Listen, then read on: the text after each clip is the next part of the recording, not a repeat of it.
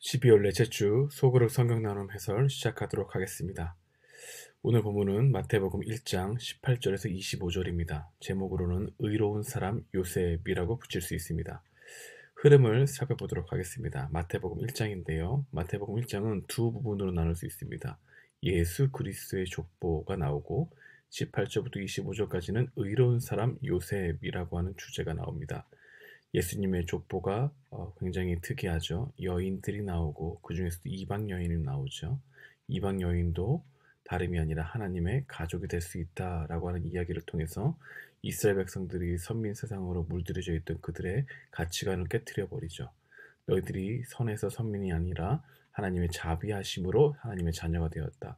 너희들과 마찬가지로 이방인들도 하나님의 자녀임을 우리에게 말해주고 너희들의 피에도 이방인의 피가 흐르고 있다. 그래서 그것으로 자랑할 것이 아니라 하나님이 너희를 예수 그리스도의 족보에 넣어주신 것에 대해서 감사하라라고 하는 말씀과 더불어 이제 18절 오늘 본문부터는 어떻게 예수님이 이 땅 가운데 오시게 되었는지 그 이야기들을 자세히 살펴보고 있는 것입니다.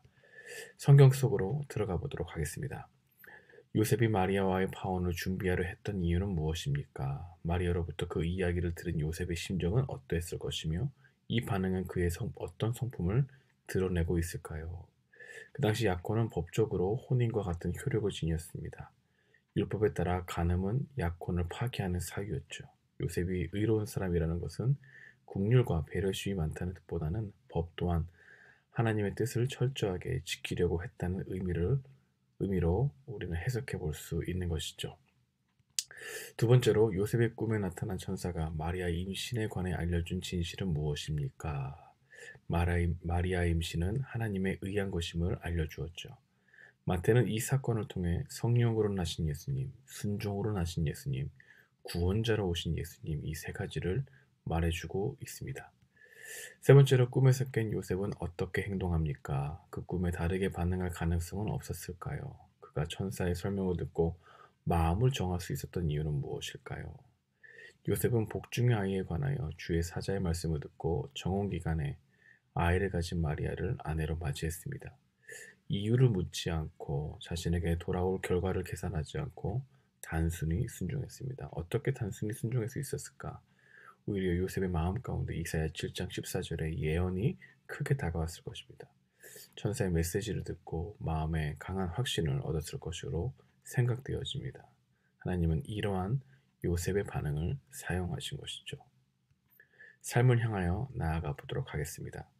요셉과 같은 사명은 아니지만 오늘도 하나님 나라는 그 나라를 기다리는 사람을 통해 또 분명히 드러납니다.